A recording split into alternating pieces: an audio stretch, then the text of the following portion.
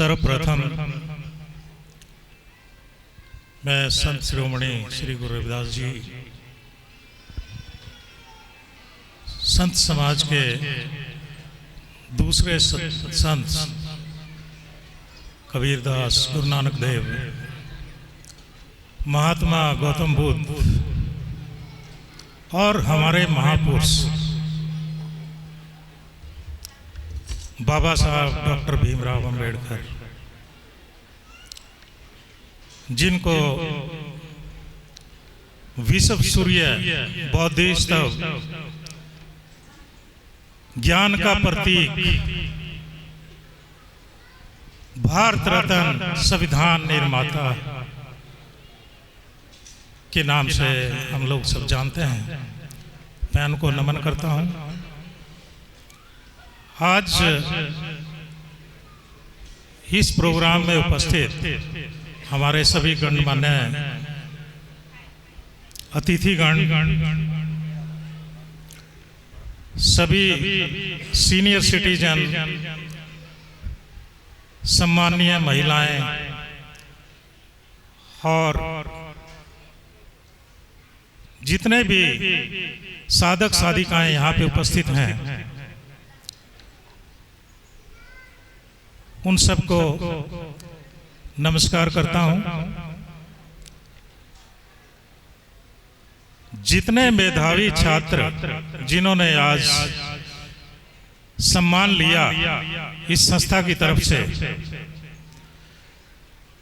मैं उनके लिए खासकर मैसेज कुछ देना चाहता था, लेकिन हमारे बलविंदर जी ने एक अनाउंसमेंट करके कि जिनको खाना खाना है वो खाना खा लें। मेरे ख्याल से मोस्टली 95% बच्चे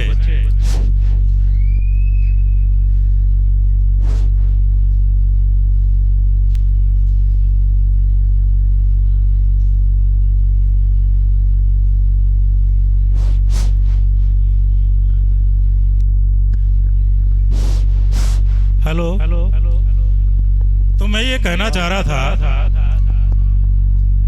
कि जितने बच्चे आज जिनको सम्मानित किया गया, अगर हम उन्हीं के लिए कुछ बोलना चाहें तो वो बच्चे तो सब खाने पे बैठ चुके हैं और किसी को किसी की जो हम बात शेयर करना चाहते हैं उसकी तरफ उनका ध्यान ही नहीं है। तो अभिभावकों के लिए अगर हम बोलें या हमारी सम्माननीय महिलाओं के लिए बोलें तो उन पे उस चीज का उतना ज्यादा गहरा असर नहीं होगा जितना मैं बच्चों के लिए कहना चाहता था। मेरे ख्याल से ये भी एक बलविंदर जी से जो हमारे संचालक हैं, उन्होंने थोड़ा सा वेट करना चाहिए था कि खाने की अनाउंसमेंट नहीं करनी चाहिए थी, क्योंकि जब आपके विशिष्ट अतिथि अपना स्पीच दे रहे हो तो उस बीच में इवन चाय, नाश्ता, खाना कुछ भी सर्व नहीं किया जाता। तो मेरा आप लोगों से निवेदन है कि जब भी आप किसी को इनवाइट करके स्पीच देने के लिए बुलाते हैं तो इन चीजों का थोड़ा ध्यान जरूर रखा जाए। मैं बुराई नहीं कर रहा हूं हमारे बलविंदर जी के संचालक की, लेकिन उन्होंने सोचा शायद सब बहुत देर हो चुकी है और भूख लगी है लोगों को, इसलिए उन्होंने ऐसी अनाउंसमेंट कर दी। चलिए खैर जो भी हो, लेकिन मैं ये कहना चाहूंगा कि सबसे पहले तो मैं संयोजकों को धन्यवाद देना चाहूंगा कि उन्होंने मुझे इस प्रोग्राम में बुलाया और बोलने का एक मौका भी दिया है।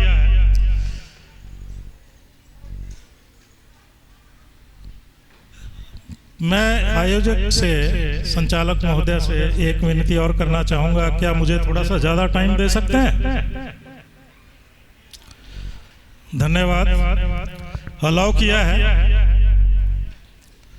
तो मैं सबसे पहले अपनी इंट्रोडक्शन आप लोगों के सामने कर देता हूं। मेरा नाम मेहरचंद जरोरा है। मैं बेसिकली कुलपुर का रहने वाला हूं और आजकल जगाधरी में रह रहा हूं।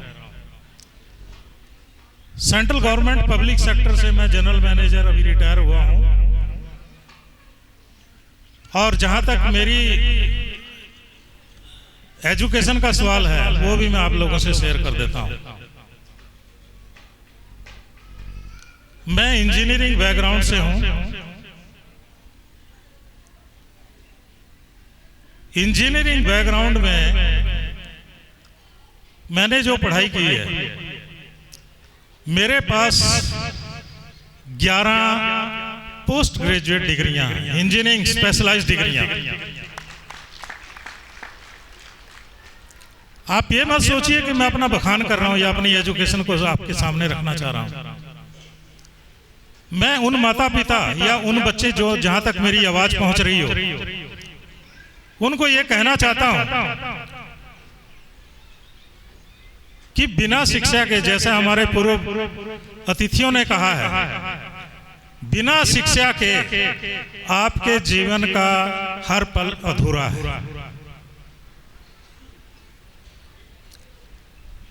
बहुत अच्छे अच्छे विचार हमारे विशिष्ट अतिथियों ने शेयर किए हैं, और जितने भी इस पंडाल में, इस प्रोग्राम में उपस्थित लोग हैं, अगर उन्होंने वो चीजें ध्यान से सुनी होंगी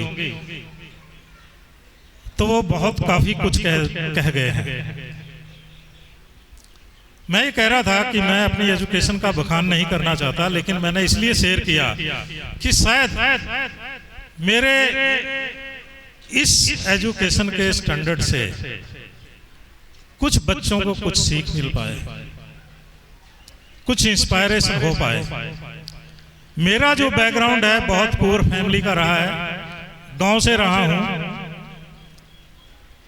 एजुकेशन में आगे बढ़ने के लिए मैंने बहुत गालियां भी खाई हैं। मेरे माता पिता या मेरे फादर कह लो कि वो बिना गाली के कभी बात नहीं करते थे। वो हमेशा ये कहते थे, साले नालायक, तूने हरामखोर, तूने तो जिम्मेदारों के घर में उसमें खेतों में हाथ जोड़ना है, हली जोतना है, तुझे मजदूरी करनी है, पढ़ना नहीं है। अगर उन्होंने मेरे को कहीं खेलते हुए देख लिया तो उनके मुंह से ये गालियां निकलती थी, और मेरे कान पक गए थे ये सुन सुन के कि यार कैसे किया जाए, क्या किया जाए। तो मेरे अंदर एक लगन जगी। मैं खासकर बच्चों के लिए बोल रहा हूं, अगर बच्चे मेरी आवाज सुन रहे हो तो, कि कुछ भी करना पड़े, कुछ भी हो, मजदूरी नहीं करूंगा, खेतों में काम नहीं करूंगा, जिम्मेदारों के घर में काम नहीं करूंगा। ये मेरे अंदर एक ऐसी लगन जगी कि कुछ भी हो, अब आगे पढ़ाई तो करनी है। और आज आपको मैं बताना चाहता हूं कि मैंने 2-2 रुपए में भी दिहाड़ी की हुई है, 2-2 रुपए में। सारे दिन जिम्मेदारों के यहाँ, छुट्टी के दिन, संडे के दिन, किसी का गन्ना बीजना है, किसी का कुछ करना है, किसी का कुछ करना है। 2 रुपए मिलते थे, बड़े आदमी को 4 रुपए मिलते थे। ये सन 70 के आसपास की बात कर रहा हूं। बच्चों को हम स्कूल में पढ़ते थे तो 2 रुपए मिलते थे, और वो 2 रुपए लेने के लिए भी जिम्मेदारों के घर 10-10 चक्कर काटने पड़ते थे। उनसे गालियां भी सुननी पड़ती थी कि तेरे को 2 रुपए की चिंता लग रही है, चल भाग यहां से, कल आना, परसों आना। कई चक्कर काटने पड़ते थे 2 रुपए लेने के लिए। हाई स्कूल पढ़ने के लिए 6-7 किलोमीटर पैदल जाना पड़ता था। जूते नहीं होते थे, प्लास्टिक के जूते, सर्दियों में बिना जुराबे प्लास्टिक के जूते, खेतों के बीच में से दौड़ दौड़ के जाना पड़ता था। और जहां तक मैं सोचता हूं, जहां मेरी उम्र के जो भी लोग होंगे, उन्होंने सबने ये हालात देखे होंगे। आपको यकीन कराता हूं कि सन 76 में मैं 8वीं क्लास में था, और हरियाणा में पहली बार 8वीं क्लास का बोर्ड लगा था, बोर्ड एग्जाम।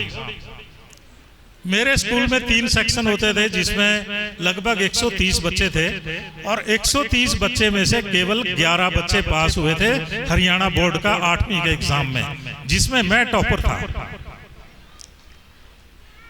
मैंने अपने स्कूल में टॉप किया था। ऐसे ही 10th क्लास में मैंने टॉप किया। अपनी जिंदगी में स्कूल एजुकेशन के टाइम में मैंने सिर्फ 2 बार टीचर से मार खाई है, सिर्फ 2 बार अपनी लाइफ में, और वो मुझे याद रहेगी आखिरी सांस तक। तो ये बातें मैं इसलिए बोल रहा हूँ, खासकर बच्चों के लिए बोल रहा हूँ कि आज उनके पास बहुत सारी सहूलियतें हैं, लैपटॉप है, मोबाइल है, टीवी है, लाइट लगी है, एसी लगे हुए हैं, उसके बावजूद भी वो मेहनत नहीं करना चाहते। माँ बाप हर सहूलियत दे रहे हैं लेकिन वो नहीं लेना चाहते। उनको केवल दूसरी चीजों से ज्यादा लगाव है, गलत चीजों से ज्यादा लगाव है। जो बच्चे आगे निकल जाते हैं, जिनके मन में एम है, एक टारगेट लेके चल रहे हैं कि हाँ हमको कुछ करना है, तो वो आगे बढ़ रहे हैं। वो जरूर आगे बढ़ेंगे, उनको कोई रोक ही नहीं सकता। मैंने जब एमटेक किया, आप लोगों को बता दूं कि मैं उस कॉलेज से एमटेक किया, उस इंस्टीट्यूट से मैंने एमटेक किया जिसमें 99% के नीचे एडमिशन ही नहीं होता है। 99% से कम अगर मार्क हैं तो उसका बच्चे का एडमिशन ही नहीं होगा। Birla institute of technical and science Pilani. उस टाइम जब मैंने एडमिशन लिया था 98 के नीचे एडमिशन नहीं होता था, और आज के दिन में 99 मतलब 99.5 के नीचे एडमिशन होता ही नहीं वहां। और वहां के पढ़े हुए बच्चे इंडिया में रहते नहीं हैं, वो सब बाहर चले जाते हैं, क्योंकि वो बच्चे ऐसे होते हैं, वो ऐसी क्रीम होते हैं, ऐसे इंटेलिजेंट होते हैं, उनके लेवल की इंडिया में जॉब उनको मिलती भी नहीं है। जब वो पढ़ के निकलते हैं तो ऐसे बच्चों की तरह हमारे बच्चों को उनकी रीस करने की कोशिश करनी चाहिए। दूसरी चीज है, हमारे बच्चों में क्या कमी है कि वो सबसे सस्ते सब्जेक्ट लेंगे, हल्के सब्जेक्ट लेंगे। क्या करेंगे? जिन सब्जेक्ट की कोई वैल्यू नहीं है, जिन पढ़ाई की कोई वैल्यू नहीं है, उस पढ़ाई को करेंगे। वो जमाने लद गए जब बीए करने से, आज हमारे बीच में भी बहुत सारे विशिष्ट अतिथि बैठे हैं जिनको नौकरी मिल गई, manager, senior manager, DGM, AGM बन के बैठे हैं। वो जमाना लद गया, अब वो जमाना नहीं है। अब जमाना प्रोफेशनल एजुकेशन का है, स्पेशलाइज्ड फील्ड का जमाना है, स्पेशल एजुकेशन का जमाना है। अपने बच्चों को उस तरफ धकेलिए। जॉब आप लोगों की ऑलमोस्ट गवर्नमेंट ने खत्म कर दी है, रिजर्वेशन नाम मात्र बचा है, खत्म कर दिया गया है। जो बच्चे रैंकिंग में हायर मेरिट में आते हैं उनको वो सिलेक्ट ही नहीं करते। क्यों नहीं करते? इंटरव्यू में निकाल देंगे, रिटन टेस्ट पास कर लेंगे तो रिटन में निकाल देंगे, कुछ भी कारण लगा देंगे। क्यों निकाल देंगे भाई? क्योंकि उनको एससी के बच्चे, एसटी के बच्चे, शेड्यूल कास्ट बच्चे पसंद नहीं है। जो इंटरव्यू लेते हैं वो दूसरे लोग बैठे होते हैं, आपके समाज के लोग उस इंटरव्यू बोर्ड में नहीं होते, इसलिए वो आपको नंबर ही नहीं देते। हमारे बच्चों को नंबर ही नहीं देते। गिने चुने बच्चे जो नौकरी पाते हैं तो दूसरे लोग उनको फिर वैसे ही तंग करते हैं। अगर बच्चा अच्छी एजुकेशन और अच्छा दमदार बन के नौकरी करता है तो उसको कोई हरा भी नहीं सकता है, उसको कोई डरा भी नहीं सकता है।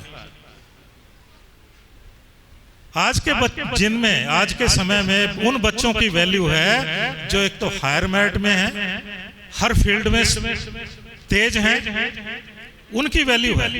प्राइवेट कंपनियां उन बच्चों को ज्यादा हायर कर लेती हैं, और जब उनको पता लगता है कि एससी का है, क्योंकि वो कंपनियां भी बामन बड़ियों की हैं, तो वो बहुत कम हमारे बच्चों को अपॉइंट करते हैं, प्राइवेट कंपनी वाले। बाहर में जाने के स्कोप हमारे बच्चों के लिए हैं, लेकिन सभी माँ बाप के पास वो फैसिलिटीज नहीं है, उनके पास उतना पैसा नहीं है। तो करना क्या है? एजुकेशन तो चाहिए, एजुकेशन के साथ साथ मेरिट साइड में रहना है हमारे बच्चों को। जो एवरेज या एवरेज से नीचे हैं वो बच्चों की कोई वैल्यू नहीं है, उनका कोई भविष्य नहीं है।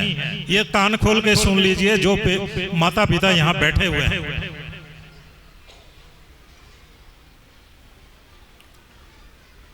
माँ बाप बच्चे टीवी देखते हैं, सीरियल देखते हैं, न्यूज सुनते हैं। आज के दिन में सब कुछ बकवास और झूठी चीज टीवी से बढ़ के कुछ नहीं है।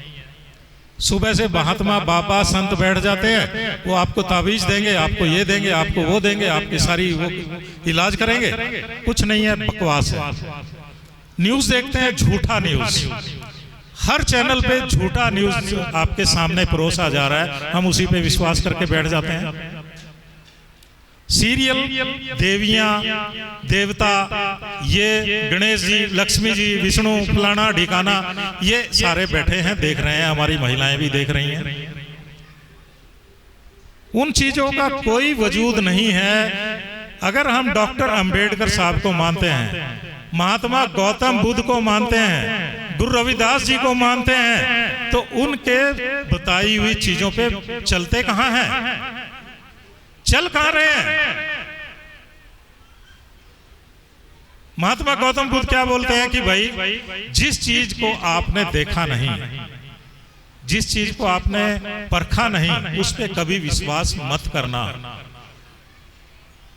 गुरु रविदास जी ने सारी जिंदगी अपर जाति के, ऊंची जाति के लोगों से संघर्ष करते हुए अपने समाज सुधार करने के लिए लड़ते रहे, लेकिन फिर भी हम देवी देवताओं के चक्कर में पड़े हैं।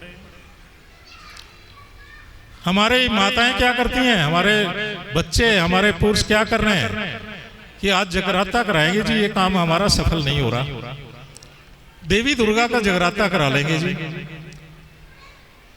अरे जिस चीज के लिए सब लोगों ने लड़ाइयां लड़ी, आपके महापुरुषों ने लड़ाइयां लड़ी, आपके संतों ने लड़ाइयां लड़ी, समाज को एक समान, एक रास्ता में शामिल करने के लिए, उन चीजों को छोड़ने के लिए बोला, लेकिन आप लोगों ने उस चीज को अंगीकार करके बैठे हुए हैं। तो कैसे भला होगा? एक तरफ तो हम डॉक्टर अंबेडकर साहब की एजुकेशन की बात करते हैं। भाई जिस इंसान ने, जो आज सारी दुनिया में विश्व सूर्या का खिताब लेके हैं, बैठे हैं, विश्व सूर्या, इस पूरी धरती का सन सूर्या का नाम जानते हैं, उनको उस नाम से पुकारा जाता है। उन्होंने हिंदू धर्म छोड़ के बौद्ध धर्म ग्रहण कर लिया। क्यों कर लिया भाई? कुछ तो हो गई बात ना, तभी किया उन्होंने। उन्होंने हिंदू धर्म के पाखंडवाद और अंधविश्वास से तंग आके, जहां पे इंसान को इंसान ना समझा जाए, जहां पे एक आदमी को कुत्तों से भी, पशुओं से भी बदतर समझा जाए, जहां ऊंच नीच की धारणा हो, छोटा बड़ा इंसान बना के छोड़ा गया है, उस धर्म से आप उसमें पढ़ के करेंगे क्या? मैं एक चीज यहाँ पे पब्लिक प्लेटफॉर्म पे बोल रहा हूँ, हालांकि मैं बोलना बहुत कुछ चाहता हूँ, मैं तो अपने आप से और आप लोगों के सामने एक चीज यहाँ पे एक बड़ी विनम्रता से कहना चाहता हूँ। हम हिंदू, हम मुस्लिम दिन रात हिंदू धर्म वाले मुस्लिमों को गाली देते हैं ना। गवर्नमेंट के लोग अलग देते हैं, हमारे नेता, प्राइम मिनिस्टर, वो सब अलग देते हैं। अरे मैं तो, मेरी अपनी सोच है, मेरा अपना पर्सनल ओपिनियन है कि हिंदू धर्म से गंदा धर्म इस दुनिया में कुछ भी नहीं है। जहां आदमी को आदमी बराबर ना समझा है, जिसको एक समान अधिकार ना दिए जाएं, उस धर्म से कोई गंदा धर्म है ही नहीं। आप हिंदू बन के बैठे हो, आपसे बोलेंगे कि हम तो हिंदू हैं जी।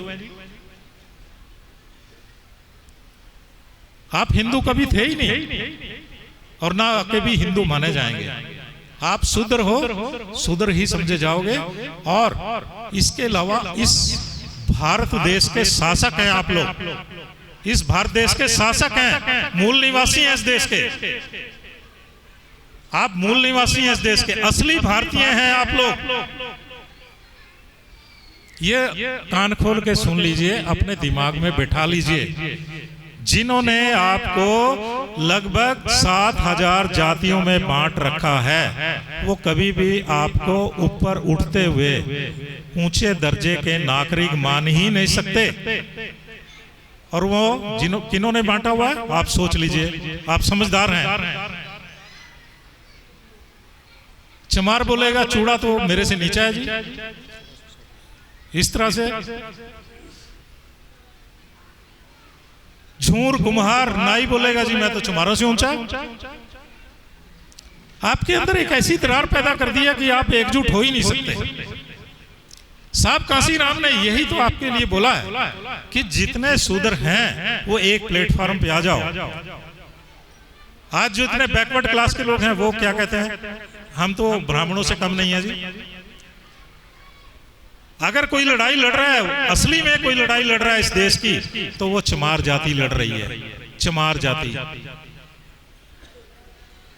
और मलाई खाने के लिए सारे लोग बैठे हुए हैं,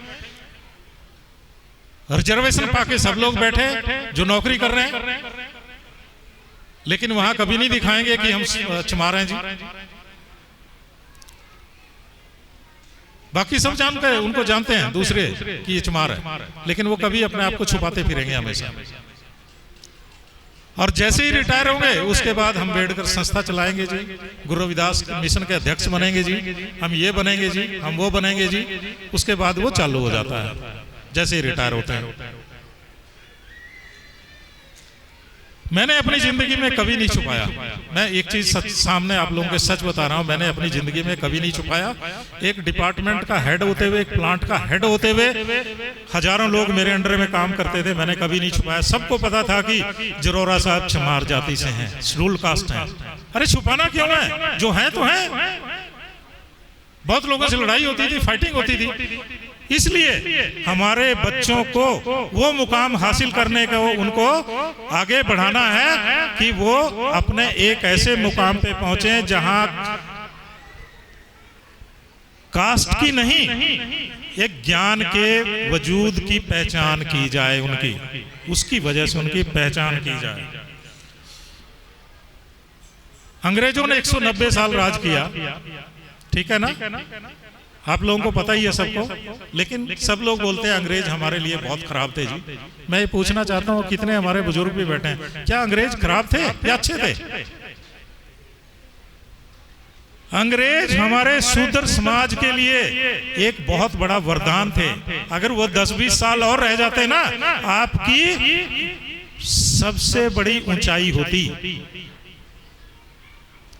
आप उस मुकाम पे पहुंच चुके होते कि आज जहां पे आप हैं वो बहुत ऊंचा होता, राजनीति में, हर चीज में, एजुकेशन में।